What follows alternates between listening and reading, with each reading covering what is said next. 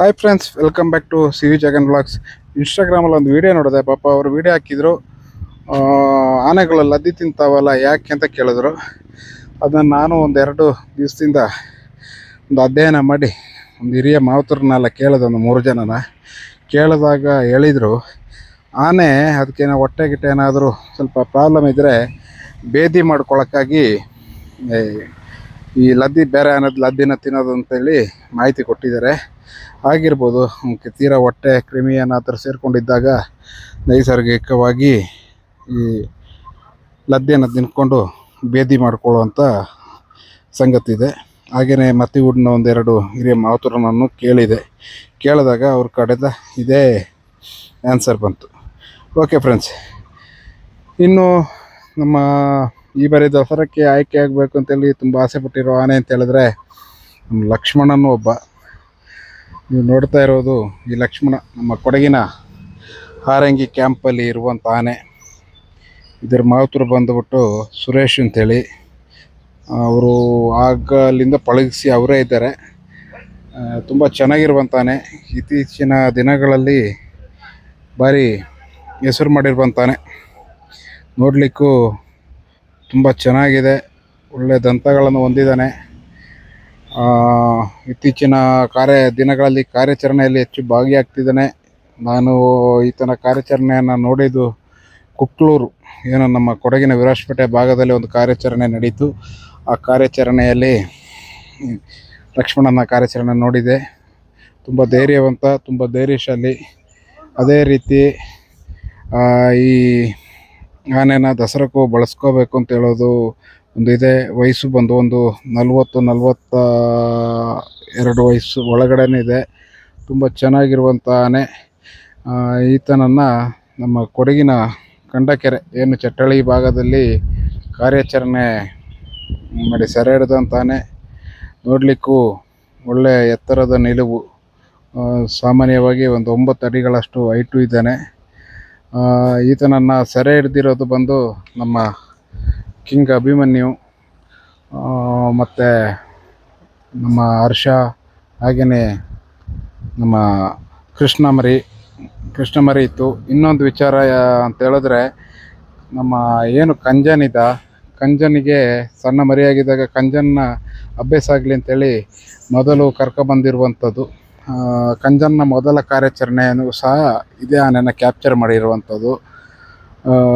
ಕಂಜನಲ್ಲಿ ಸ್ವಲ್ಪ ಹೆದರ್ಕೊಂಡು ಹಿಂದೆ ಸರಿತಾನೆ. ನೀವು ನೆನಪಿರ್ಬೋದು, ಕಂಜನಿಗೆ ಅಲ್ಲಿ ಕೃಷ್ಣ ಮರಿ ಹೊಡೆದಿರುತ್ತೆ. ಹೊಡೆದಾಗ ಕಂಜನ್ ಸ್ವಲ್ಪ ಹಿಂದೆ ಹೆದರ್ಕೊಂಡು ಬರ್ತದೆ. ನಾ ವೀಡಿಯೋನ ಅಪ್ಲೋಡ್ ಮಾಡಿದ್ದೀನಿ, ನೀವು ನೋಡಿರ್ಬೋದು ಏನೋ ಗೊತ್ತಿಲ್ಲ.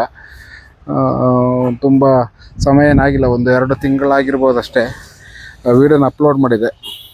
ಇದು ನಮ್ಮ ಲಕ್ಷ್ಮಣನ ಸ್ಟೋರಿ. ಲಕ್ಷ್ಮಣ ಮತ್ತು ಸುಗ್ರೀವೆಲ್ಲ ಅಕ್ಕಪಕ್ಕದಲ್ಲಿ ಹಿಡಿದಂಥ ಆನೆಗಳು. ಸುಗ್ರೀವನ ನಲ್ಲೂರು ಎಸ್ಟೇಟ್, ಭೂತನ ಕಾಡು ಅಂತೇಳಿ ಇರುವಂಥ ಜಾಗದಲ್ಲಿ ಸೆರೆ ಹಿಡಿತಾರೆ. ಹಾಗೆ ಅದೇ ಜಾಗಕ್ಕೆ ಸೇರಿದಂಥ ಕಂಡಕೆರೆ ಅಂತೇಳಿದೆ. ಆ ಕಂಡಕೆರೆಯಲ್ಲಿ ಲಕ್ಷ್ಮಣನನ್ನು ಸೆರೆ ಹಿಡಿತಾರೆ. ಕೇಳಿದೆ ನನ್ನ ಆ ಸಲ ಮಾವುತರನ್ನ, ಏನು ಕಾರ್ಯಕ್ಕಾಗಿ ಈತನನ್ನು ಸೆರೆ ಹಿಡಿದಿದ್ದು ಅಂತ. ಏನು ಮಾನವತೆಯಲ್ಲಿ ಭಾಗಿಯಾಗಿದೆ ಅಂತ ಹೇಳಿದ್ರು. ಒಳ್ಳೆ ಧೈರ್ಯಶಾಲಿಯಿಂದ ತುಂಬ ಧೈರ್ಯಶಾಲಿ. ನೋಡುವ ಈ ಬಾರಿ ದಸರಾಕ್ಕೆ ಆಗ್ತಾರೆ ಅಂಥೇಳಿ. ಹಾಗೆಯೇ ಇದೊಂದು ಕಾರ್ಯಾಚರಣೆ ಕುಕ್ಲೂರು ಭಾಗದಲ್ಲಿ ನಡೆದಿರುವಂಥ ಕಾರ್ಯಾಚರಣೆ. ಇದನ್ನ ನೋಡಿ ಡೈರೆಕ್ಟಾಗಿ ವಿಡಿಯೋ ಹಾಕಿದ್ದೀನಿ.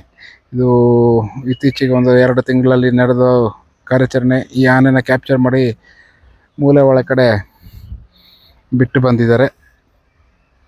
ಅದರಲ್ಲಿ ಲಕ್ಷ್ಮಣನೇ ಸ್ವಲ್ಪ ಪಾರುಪತ್ಯ ಜಾಸ್ತಿ ಹಾಕ್ಕೊಂಡಿದ್ದಾನೆ. ಅಭಿಮನ್ಯು ಈ ಕಾರ್ಯಾಚರಣೆಯಲ್ಲಿ ಭಾಗಿಯಾಗಿದೆ. ಅಭಿಮನ್ಯು ಕಾರ್ಯಾಚರಣೆ ಭಾಗಿಯಾಗಬೇಕಾದ್ರೆ ಮದ ಇತ್ತು. ಅದೇ ರೀತಿ ನೋಡಿ, ಇದರಲ್ಲಿ ಲಕ್ಷ್ಮಣ ಕಾಡಾನೆಗೆ ಹೊಡೆದು ಒಂದು ಎದುರಿಸೋದು ಅಂತ ಹೇಳಿದ್ರೆ, ಯಾಕೆ ಹೇಗೆ ಮಾಡ್ತಾರೆ ಅಂತ ಹೇಳಿದ್ರೆ, ಒಂದು ಸತಿ ಒಂದು ಆನೆ ಕೈಯಲ್ಲಿ ಹೊಡೆದು ಎದುರಿಸಿದ್ರೆ ಆನೆ ಕರೆಕ್ಟಾಗಿ ಎಳ್ಕೊಂಡು ಹೋಗ್ಬೋದು ಅಂತೇಳಿ. ಇನ್ನು ಇವನು ಬಂದು ನಮ್ಮ ಮತ್ತಿಗೂಡಿನಲ್ಲಿ ಇದ್ದಂಥ ಪಾರ್ಥ ಈಗ ಸದ್ಯಕ್ಕೆ ಭೀಮನಕಟ್ಟೆಯಲ್ಲಿದ್ದಾನೆ. ಈತನು ಸಹ ಕಳೆದ ವರ್ಷ ದಸರಾ ಆಯ್ಕೆಯಲ್ಲಿ ಮುಂಚೂಣಿಯಲ್ಲಿದ್ದ. ತುಂಬ ಚೆನ್ನಾಗಿದ್ದಾನೆ, ದಷ್ಟಪುಷ್ಟವಾದ ಮೈಕಟ್ಟು, ಎತ್ತರ ಸ್ವಲ್ಪ ಕಡಿಮೆ. ಎತ್ತರ ಕಡಿಮೆ ಅಂತ ಹೇಳಿದ್ರೆ ಇನ್ನೂ ಬೆಳಿತಾನೆ ಅವನು. ಈಗ ಇದು ಸ್ವಲ್ಪ ಹಳೆ ವಿಡಿಯೋ. ಇತ್ತೀಚಿನ ವಿಡಿಯೋಗಳಲ್ಲಿ ಒಳ್ಳೆ ಹೈಟ್ ಪರ್ಸನಾಲಿಟಿ, ಚೆನ್ನಾಗಿದ್ದಾನೆ. ಈತನ ಬಂದ ಸೆರೆ ಹಿಡಿದಿರೋದು ಹಾಸನ ಭಾಗದಲ್ಲಿ, ಏನು ಸಾರಾ ಎಸ್ಟೇಟ್ನಲ್ಲಿ. ಈ ಸಾರಾ ಎಸ್ಟೇಟ್ನಲ್ಲಿ ಹಿಡಿದಾಗ ಅದರ ಓನರ್ ಬಂದು ಮಾರ್ಟಿನ್ ಅಂತೇಳಿ, ಅದಕ್ಕೆ ಹೆಸರು ಸಾರಾ ಮಾರ್ಟಿನ್ ಅಂತಾಯಿತು. ಈತನ ಸೆರೆ ಹಿಡಿಯೋದಕ್ಕೂ ಕಾರಣ ಅಂತ ಹೇಳಿದ್ರೆ ಯಾವುದೇ ಮಾನವತೆಯಲ್ಲಿ ಭಾಗಿಯಾಗಿಲ್ಲ. ಆದರೆ ಇವನಿಗೊಂದು ತುಂಬ ಖುಷಿ ಅಂತ ಹೇಳಿದ್ರೆ ವೆಹಿಕಲ್ನ ಕಂಡ್ರೆ ಬಿಡೋದಿಲ್ಲ. ವೆಹಿಕಲನ್ನು ಹುಡಿ ಆರಿಸಿಯೇ ಹೋಗೋದು.